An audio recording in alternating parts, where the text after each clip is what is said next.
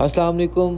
اس video میں آپ کو دکھاؤں گا نبی کریم صلی اللہ علیہ وسلم جس گھر میں رہتے تھے وہ کیسا تھا، اور اس کے بعد روضہ رسول پہلے کیسا تھا اور ابھی کیسا۔ میرے ساتھ رہیے گا۔ صلی اللہ علیہ وسلم کا گھر ہے جس میں آپ کا جسد پاک مدفون ہے۔ نبوی ہجرت کے پہلے سال کے آخر میں رسول اللہ صلی اللہ علیہ وسلم نے حضرت عائشہ رضی اللہ عنہ کا گھر تعمیر کیا۔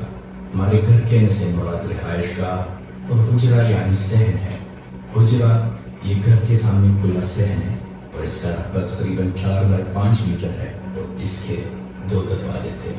شمالی جانب کا دروازہ جس سے نبی کریم صلی اللہ علیہ وسلم بقیع اور مدینہ کے دوسرے حصوں کی طرف نکلتے تھے، اور مغربی جانب کا دروازہ سیدھا مسجد کی طرف کھلتا تھا، اور یہ وہ دروازہ ہے جس سے آپ صلی اللہ علیہ وسلم حالت اعتکاف میں اپنا سر مبارک حضرت عائشہ رضی اللہ عنہ کے لیے نکالتے تاکہ وہ آپ کے بالوں کو کنگھی کر دے، سنوار دے اور خوشبو لگا دے۔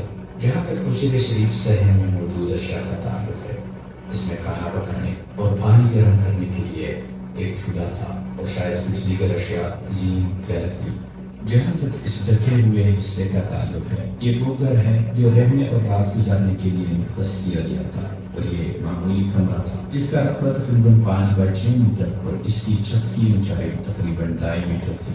گھر کی دیواروں کی بنیاد پتھروں سے بنی ہوئی تھی اور دیواروں کو مٹی کی اینٹوں سے بنایا گیا تھا، اور گھر کی چھت کھجور کے تنے سے بنی تھی اور اس کے اوپر کھجور کی شاخیں اور گھاس نبی کریم صلی اللہ علیہ وسلم کا گھر مبارک مٹی کی ایک موٹی تہ تھی۔ اور اگر ہم اس گھر کے اندر داخل ہیں تو یہ ایک معمولی رہائش گاہ ہے اور ایک چھوٹا سا کمرہ جو دنیا سے بے رغبتی کے مناظر پیش کرتا ہے۔ یہ چارپائی ریت سے بنی ہوئی ہے، اس پر کھجور کی شاخوں سے بنی ایک معمولی چٹائی ہے، اور وہ تکیہ کھجور کے درخت کی چھال سے بھرا ہوا ہے۔ اس پر ایک چھوٹی سی شیلف ہے جس کے اوپر تھوڑے سے جو بنے ہوئے ہیں، اور یہ ایک لٹکا ہوا مشکیزہ ہے، اس میں تھوڑا سا پانی ہے، اور وہاں ایک لحاف اور بستر ہے۔ اور اگر ہم نبوی گھر سے نکل کر لکڑی کی سیڑھی پر چڑھے تو گھر کی چھت پر کونے میں ایک چھوٹا سا کمرہ ملے گا جسے مشربہ کہا جاتا ہے۔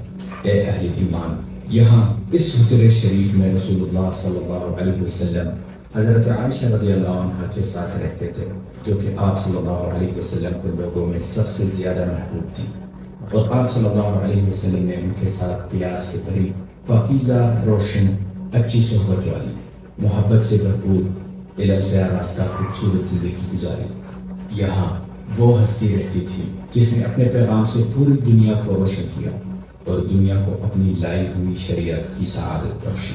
9 سال بعد آپ صلی اللہ علیہ وسلم نے وفات پائی، اور سیدہ عائشہ رضی اللہ عنہ کے سینے پر اپنا سر مبارک رکھ کر پاکیزہ سانسیں لی، اور آپ اس گھر میں دفن ہوئے، اور حضرت عائشہ رضی اللہ عنہ اسی گھر میں ٹہری رہی۔ پھر 3 سال سے بھی کم عرصے کے بعد ان کے والد حضرت ابو بکر صدیق رضی اللہ عنہ چادر کا مبارک انتقال ہو نبی گیا۔ کریم صلی اللہ علیہ انہیں وسلم ان کے ساتھی یعنی نبی صلی اللہ علیہ وسلم کے پاس دفن کیا گیا۔ حضرت عائشہ رضی اللہ عنہ نے اسی عظیم گھر میں باقی زندگی گزاری، اور انہوں نے قبروں پر ایک پردہ ڈال دیا۔ پھر تقریباً 10 سال بعد حضرت عمر بن الخطاب رضی اللہ عنہ شہید ہوئے۔ آپ نے یعنی حضرت عائشہ رضی اللہ عنہ سے اجازت طلب کی تھی کہ وہ اپنے ساتھیوں کے پاس دفن ہوں، تو انہوں نے اجازت دے دی۔ آپ رضی اللہ عنہ کو ان کے ساتھ دفن کیا گیا۔ حضرت عائشہ رضی اللہ عنہ نے اس جگہ کو اپنے گھر کے باقی حصے سے الگ کرتے ہوئے ایک دیوار بنائی جس میں معزز کمرے ہیں، اور اس جگہ ایک کمرہ اپنی نماز اور عبادت کے لیے بنا لیا۔ وہ اس میں داخل ہو کر اس دروازے کو بند کر لیتی، لمبی نماز پڑھتی اور لمبا قیام کرتی۔ آپ رضی اللہ عنہ اسی چھوٹے سے حصے میں رہی جسے آپ رضی اللہ عنہ نے اپنی پوری زندگی علم، تعلیم، تدریس اور پرورش کے لیے کھولے رکھا، کیونکہ پوری دنیا سے مسلمان ام المؤمنین حضرت عائشہ رضی اللہ عنہ کو سلام کرنے اور ان سے علم حاصل کرنے آتے، اور وفات تک ان کا یہی طرز عمل رہا۔ پھر انہیں البقیع قبرستان میں دفن کیا گیا، اور اس گھر کو مضبوطی سے بند کر دیا گیا، اور ہجری کے 88ویں سال تک ایسا ہی رہا۔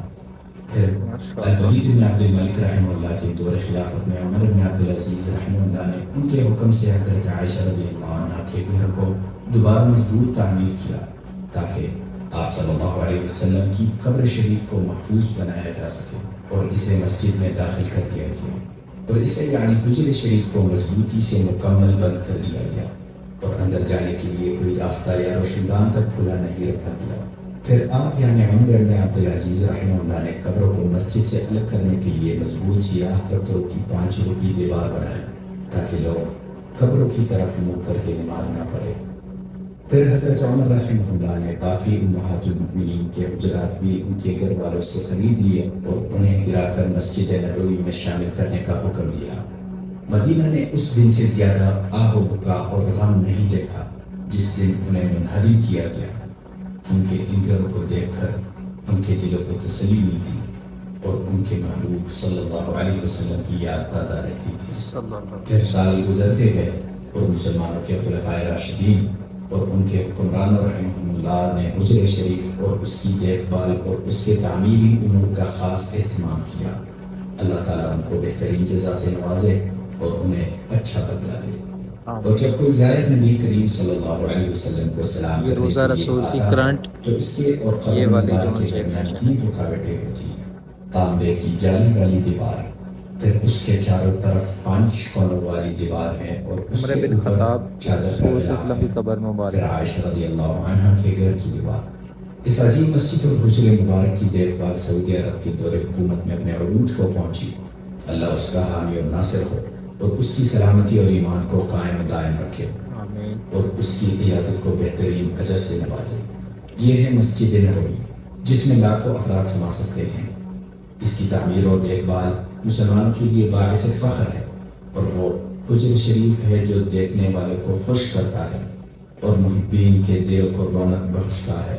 خدا کی رحمت اور سلامتی ہو ان پر جو تمام جہانوں کے لیے رحمت بنا کر بھیجے گئے، جنہوں نے پیغام پہنچایا اور امانت کا حق ادا کر دیا، اور جو ہدایت پانے والوں کے لیے مشعل راہ ہے، اور ان کے اہل و عیال اور بیویوں پر اور ان کے تمام ساتھیوں پر اور ان پر بھی جو قیامت تک ان کے نقش قدم پر چلے۔